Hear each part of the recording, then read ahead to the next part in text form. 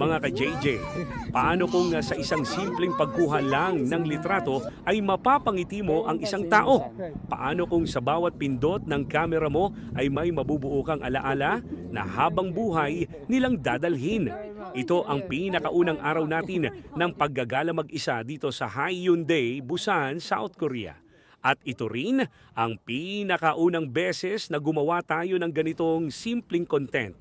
Walang engranding setup, walang malaking production, kundi simpleng pagkuha ng masasayang sandali at pagbibigay ng picture frame bilang remembrance. Sa bawat pitik ng ating kamera at bawat frame na binibigay natin, may mga taong napapasaya natin. At sa bawat ngiti, pasasalamat at reaksyon nila, iyon ang naging sukli nila sa atin.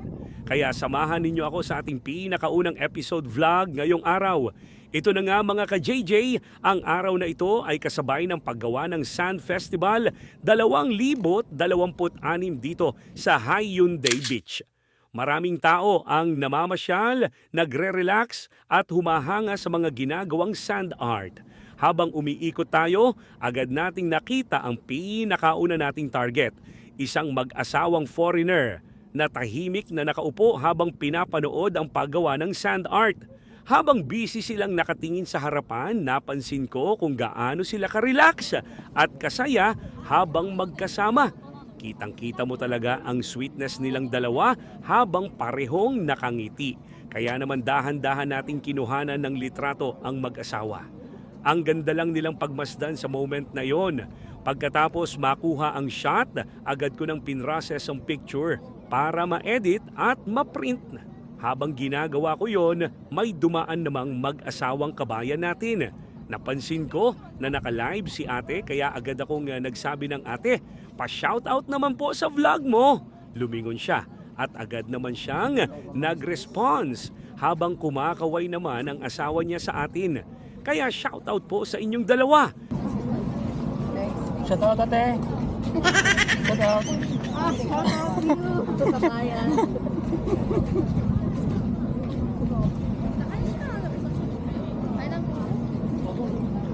Habang nagpiprint ako ng picture, napansin kong paalis na ang mag-asawang foreigner na kinuhanan ko.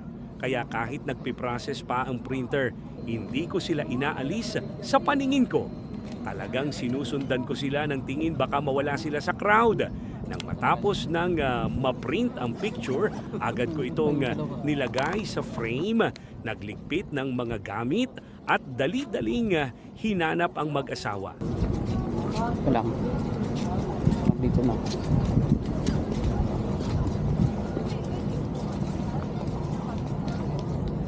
Hindi nita guys. Tara guys, something.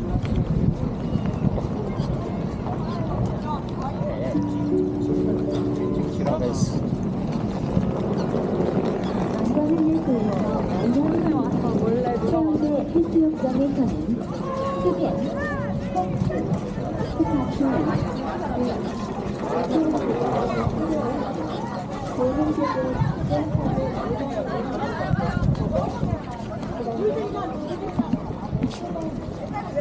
Sana kaya yun.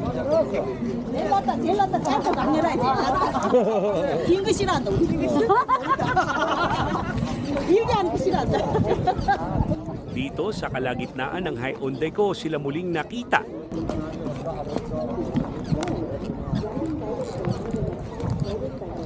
Wala makita. Ah, dito guys. Dito sila guys. Oh. Ayun na yung day. Ayun guys, ayun day. Tara.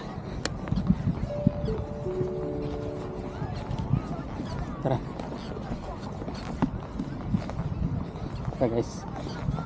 Ayun na. Dito ako sa ayun day guys. Ayun. Nakita ko rin ulit ang mag-asawang kabayan natin pero hindi na ako nakalapit dahil hinahabol ko talaga ang foreign couple.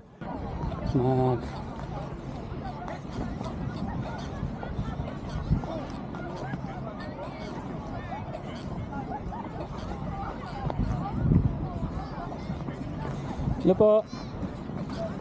Shoutout lahat guys. Shoutout. At ito na nga mga ka-JJ, Nagkaroon na ako ng lakas ng loob para i-approach sila. Hindi ko maitatanggi na kinakabahan ako noon dahil dalawa lang naman ang pwedeng mangyari. Tanggapin nila o baka diretso na tayo sa police station. No. Pero ito ang nangyari. Noong una ay medyo hesitant pa silang tanggapin ang picture frame. Pero nang ipinaliwanag ko na libre iyon at remembrance nila habang nandito sila sa Busan, agad nagbago ang reaksyon nila. Very good. But then you don't save the pictures and actually the frame. You should. Kita ko sa mga mukha nila ang saya at excitement. Nalaman ko rin na galing pa pala silang London. In Busan. Okay, thank you. Thank you. Thank you Very very much. kind of you. Thank you very much. Very kind of you. Thank you. Ramdam na ramdam ko ang taos-puso nilang pasasalamat, lalo na mula sa babae. Sobrang nakakataba talaga ng puso. Bago tayo pumunta sa susunod nating target, maaari bang humingi muna ako ng heart reaction? Paki-comment na rin po kung saan na nakakarating ang ating vlog. Paki-share na rin at huwag kalimutang mag-subscribe sa ating YouTube channel para mas marami pa tayong mapasayang tao. At ito na nga ang susunod nating target, mga ka-JJ. Isang buong pamilya na masayang nagbababad sa buhangin. Siyempre, simple lang ulit tayo at naghintay ng tamang timing para makuha ang perfect shot na. Maya-maya lang, dumating na nga ang pagkakataon at nakuhaan natin ang buong pamilya habang masaya silang magkakasama. Pagkatapos makuha ang shot na, agad ulit tayong nag-process at nag-print ng picture. Pero habang ginagawa iyon, napansin kong paalis na rin ang buong pamilya. Kaya dito na ako kinabahan at nagmadali para maabutan sila. Pagkatapos ma-print at mailagay sa picture frame ang litrato, agad akong tumayo at iniwan muna ang mga gamit ko. Ganoon ako kakampante mag-iwan ng gamit dito sa Korea. Tara. Punta natin guys. Gundo sila oh.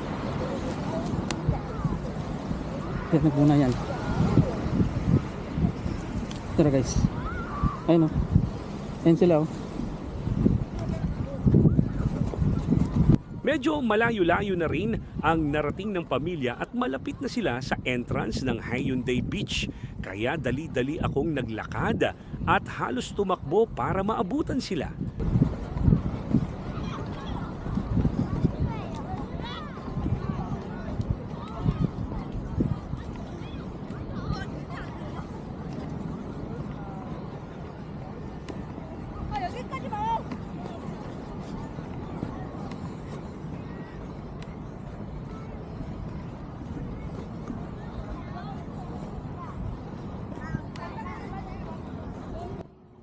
At sa wakas, naabutan ko rin sila. Agad kong inabot ang picture frame at sinabi na libre iyon para sa kanila. Kita ko agad ang saya sa mukha ng buong pamilya. Grabe ang pasasalamat nila sa akin. Lalo na ang mga bata, kitang-kita mo ang excitement at tuwa nila.